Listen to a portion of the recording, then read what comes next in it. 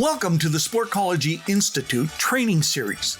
This series is called What Do You Watch For When You Watch the Olympics?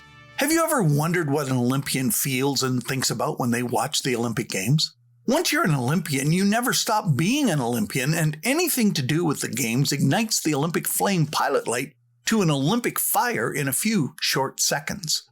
I've asked this question of Olympians all over the world and from every country, and the answer is always the same. Here at the Sportcology Institute, we watch every moment of the Games when they are on and have specific questions for our students, whether here in person or online, to think about and do their homework.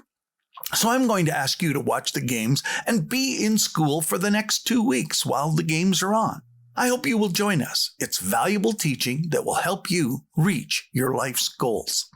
I'm Jungle Jim Hunter, and you're listening to 831 Living Your Best Life podcast, where we inspire participation, communicate precision, and empower performers to podium. And I hope you will tell your friends and relatives and those you work with to go to their favorite podcast provider or junglejimhunter.com or YouTube and subscribe, download, click on like, rate, and review us.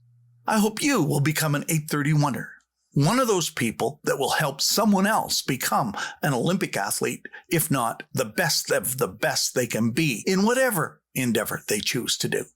Today is day 5 of the 32nd Olympic Games in Tokyo, and it's 27 days to the 16th Paralympic Games that will be coming up later, and we hope you will watch each one of the athletes and our Canadian athletes, if you're from Canada or whatever country you're from, and support them and get behind them.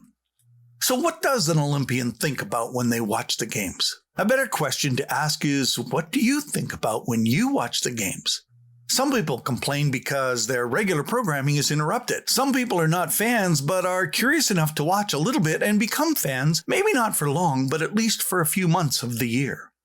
All of us should watch because an Olympian does something that all of us do, except we do it over a complete lifetime. They do it in an average of 15 years. What do I mean? From the time they start working towards becoming an Olympian, in other words, when the Olympic flame is lit in them and they suddenly say, I want to be an Olympic swimmer or a diver or a skier, as in my case, and the end of their Olympic career, it averages 15 years. Why is that relevant to everyone? I know for most people, we switch jobs 9 times in a lifetime, but we become the type of person that starts in a field and then stays with it until retirement. It is considered that you mastered that field. An Olympian starts at about 8 years of age, and by 25 has gone from physical literacy to athletic literacy to performance literacy to podium literacy if they get on the podium. And should you end up on the gold medal spot, you are the master literacy level. Every sport requires this to say you are an Olympic champion. Why do I say that? Well, to stand on the top step of a podium and in that moment realize that you define the highest level of excellence, you have mastered that sport. When you watch the Olympic Games, you can learn from an Olympian more than any other field. Yes, that's true. Now, some might argue, but hear me out. It's why I believe every athlete that earned the spot to represent our country should be fully sponsored by the corporate world and the government to be given the highest level of education. They can teach us what it takes to be a success and master something. All of our athletes are the best of the best of the best, and yet when they finish their Olympic experience, they have to start over with brand new careers. They sacrifice everything to deliberately focus on becoming the best in the world. When they represent our country, they are the best we have. In the same time frame, a student can achieve a master's degree in a chosen field, yet has very little experience. The Olympian graduated and knows what it takes to reach that level and has the experience as well. Olympians don't do it to earn more money or glory or fame. That may come as a result sometimes, but rarely. They do it and in the process learn to grow. In essence, they say, I will take on the 7,846,000,000 people in this planet and say, I will be the definition of this particular sport or this particular activity, and I will take on all comers. Some might say, who cares if they can throw a javelin? This is true if you look at it from the perspective of being measured by results. However, this is the poorest way to do so.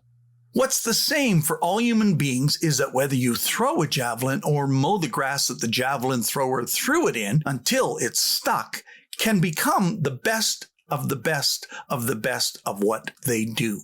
The best hate to lose. They desire excellence, but there is only one best in the moment. They know the moment they put their eyes on the prize or take it off what's important right now to make sure you can win the prize, that there's a good chance they lose. They focus on being their best on the day it is demanded of them to do so. Do you want the engineer that built the plane you flew in to the Olympics to be the highest-ranking engineer with a master's degree and say that he was the master's student in engineering that year, building the plane? Or do you want someone who maybe has a master's degree or maybe doesn't, but knows how to build a plane that will fly? I think I want the guy that knows how to build the plane that will fly. It's reliable. The Olympian watching the games thinks the same thing no matter what country he comes from. He knows what it feels like to be striving for excellence at the highest level. They know what it took. They know what it takes. They know the experience needed. Most of all, they know what they did and what they should have done. They know what they did wrong and what they did right. And they know what they would change and why they would change it. They know as they watch, they can point out who's going to win and who's going to lose and why. Because they recognize the mistakes being made during the competition and what the result will be. They know what every young person doesn't know, what every parent doesn't know, and what every coach is trying to learn that hasn't coached an Olympic champion yet.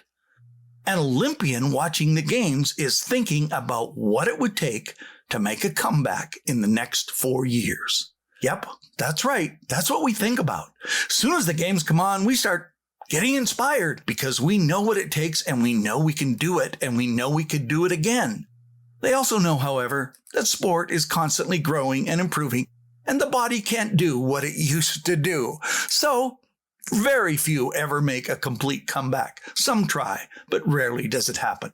Not every Olympian can teach what they learned, just like not every master's student graduate may be able to teach.